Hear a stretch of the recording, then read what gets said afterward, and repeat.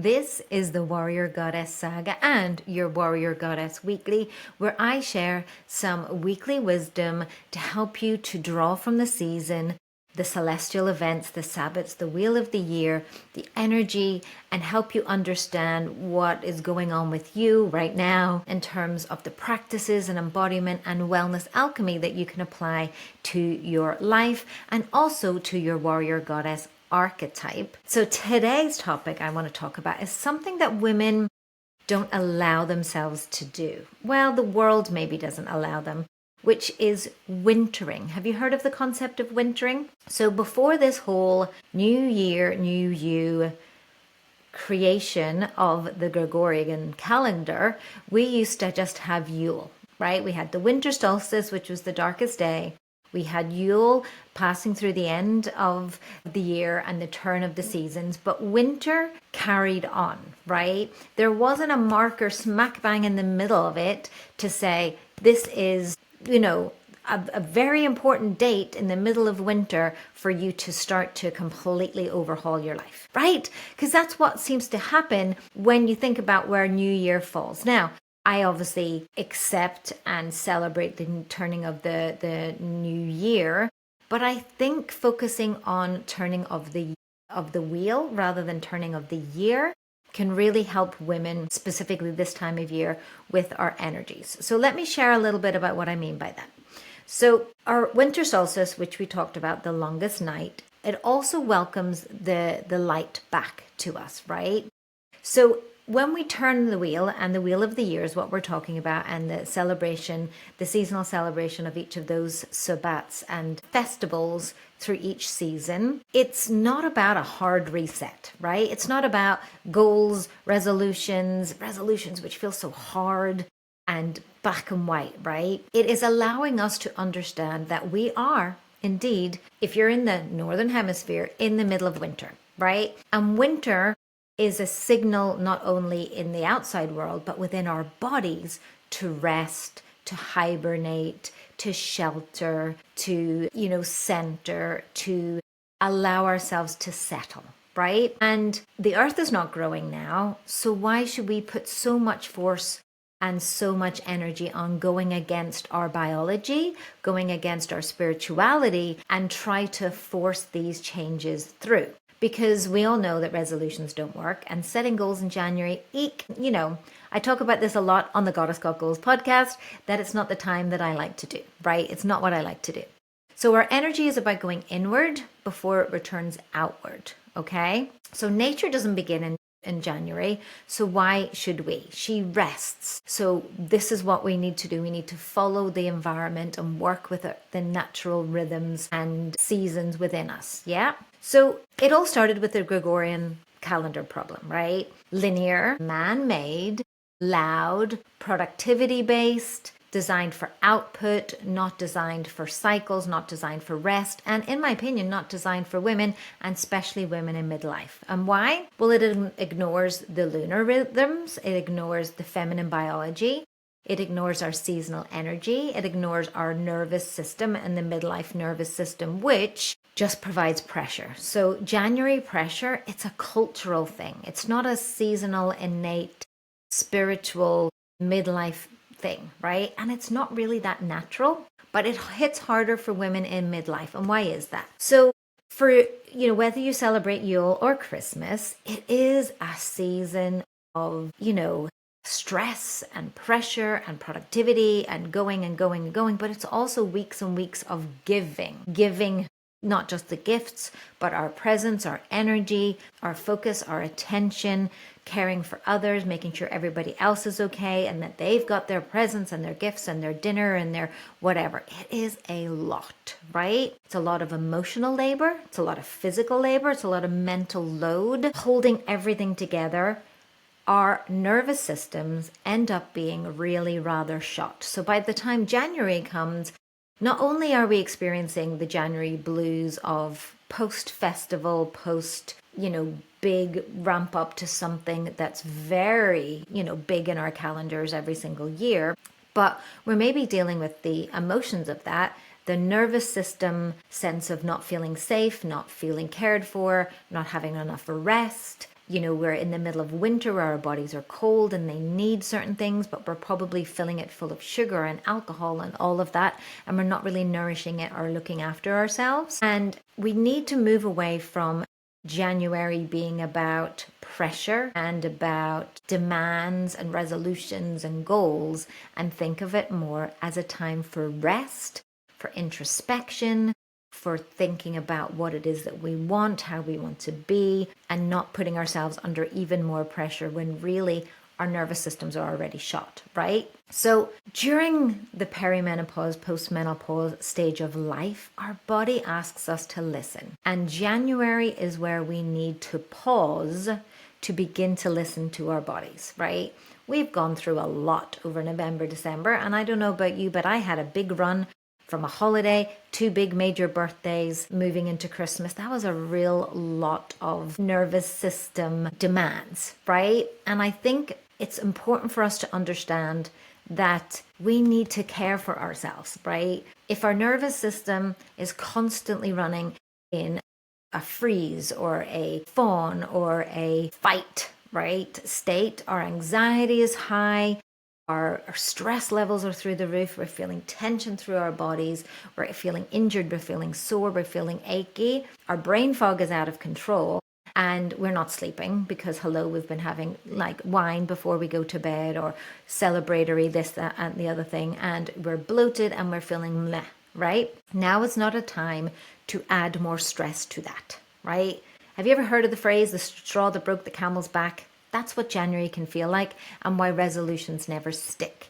We need to work with the rhythms of nature, the rhythms of our body, our circadian rhythm, our infradian rhythms. We need to work with these and the biology, right? And honor the spirituality elements, right? Let us winter. So I want to normalize and maybe give you permission to normalize the desires of what's going on for you, right? So if you're wanting to have, tea in bed and read your book, if you want to have long, warm baths, if you want slower mornings and early nights, if your body's craving broths and soups and nurturing, elixirs and things, then give that.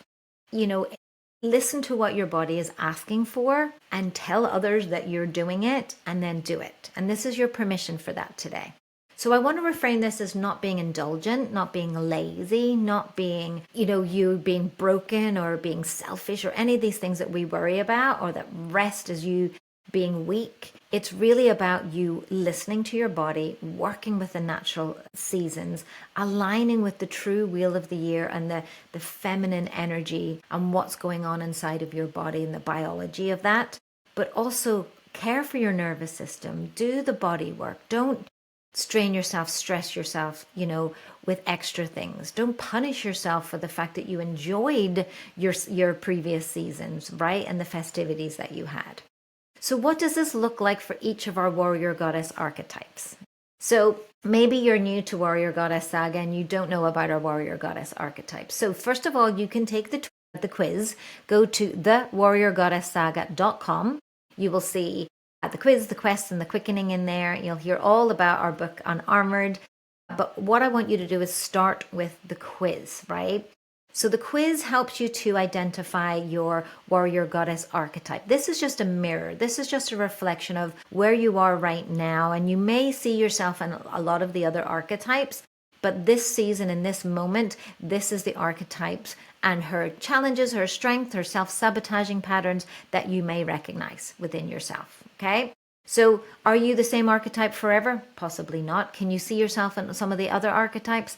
Absolutely. But this might be the message or the mirror that you need to see the reflection of to help you to, make those changes that you want to make, right? So our 4 archetypes, the seeker, the alchemist, the guardian, and the warrior, each have different strengths, but also have different challenges in terms of self-sabotage, in terms of their wellness, their consistency goals, and the changes that they want to make for themselves. And during this particular week and in this particular energy that we want to talk about the wintering, the lightness being returned, we want to flag up a few things of what might be happening right now. So the seeker, right now you might be ready to jump on resolutions and goals like you have done every year and have failed at by the end of February, right? So we want to do something different. So you may be feeling a little bit lost. You may be feeling a little bit unclear, behind, unsure. I want to also remind you that we're still in the year of the snake. The year of the horse doesn't start until February, which is the proper, calendar and where the wheel ends and begins, right? So we want to acknowledge that you're still going through a big transformative energy, right? The energy is very shedding, decluttering, letting go. And for the seeker, the thing that you need to let go of most is the outside forces and where you look outside for the recognition. So the cultural demands, the pressure to set the goals and resolutions, because that's what you feel like you need to do, and it just becomes an arbitrary task. You need to instead turn inward and focus on momentum instead of resolutions. Okay? So if you are feeling lost, we want to remind yourself that you are wintering, that the end of the year of the snake and beginning the year of the horse doesn't happen for a few more weeks. So you need to give yourself grace. Give yourself the winter and the space to rest, recover from such a busy end of the year, so that when you do move in with the momentum of the horse, which the seeker is going to love, that you are ready. Your nervous system is regulated, you're full of energy, you have ideas, ready for the momentum of what you need to achieve, with a body that feels robust and strong and able, right? That's what we want for the seeker. So for the warrior, you're feeling this pressure too. You also feel this pressure to push, to go, to make it happen. The new year, new me is calling you like a battle cry, right? But I want you to resist that urge also. Okay? Standing down is strategic. After the battles, and it was indeed, of Christmas or Yule, there was a lot going on, right? Your body needs to learn to rest, when to push. And again, don't get caught in the pushing through energy that the warrior tends to do. And instead, be strategic, right? All battles are fought in the strategy, right? The movements that you make that work for you. Because, going full steam ahead in the wrong direction is still the wrong direction. You're going to have to come back. So you need to reflect, to be strategic about where you spend your time and your energy to achieve your goals. And it doesn't necessarily mean giving into the pressure of what a new year, new me is going to do. Okay? And then the alchemist. You're feeling something stirring. You're feeling the start of that horse energy, the new energy, but you have to remind yourself that you're still in the shedding phase of the snake. The transformational energy is still there, okay?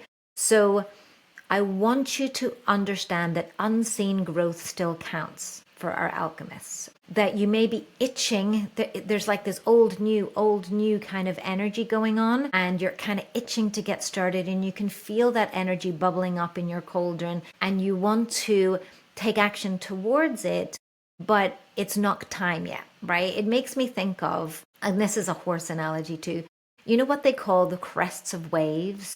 They call them white horses, right? And when you're surfing a wave, have I ever surfed a wave? Yes, once I did stand up. Yes, okay. But when you surf a wave, you have to wait for the crest to flow, right? You have to build that sense of momentum. Yeah, you have to wait for the build, and then you're going with the crest of the wave and riding that wave to the shore. We are still in the building of the wave feeling. Okay, so alchemists, you can feel that deep water stirring. You can feel the building and the building and building of that. But again, you need to take this time to rest, to center, to make sure that nervous system is regulated, so that when that wave breaks, you are strong, you are capable to ride that wave to the shore. Yeah? And guardians. Oh, guardians, you're exhausted. My poor guardians. Christmas pretty much wipes us out, doesn't it? The Yule and Christmas celebrations can be so much, especially if you have sick family members, especially if you're in a, family dynamic that's really challenging for you and your people-pleasing energy is exhausted. Yeah, you are just depleted so much.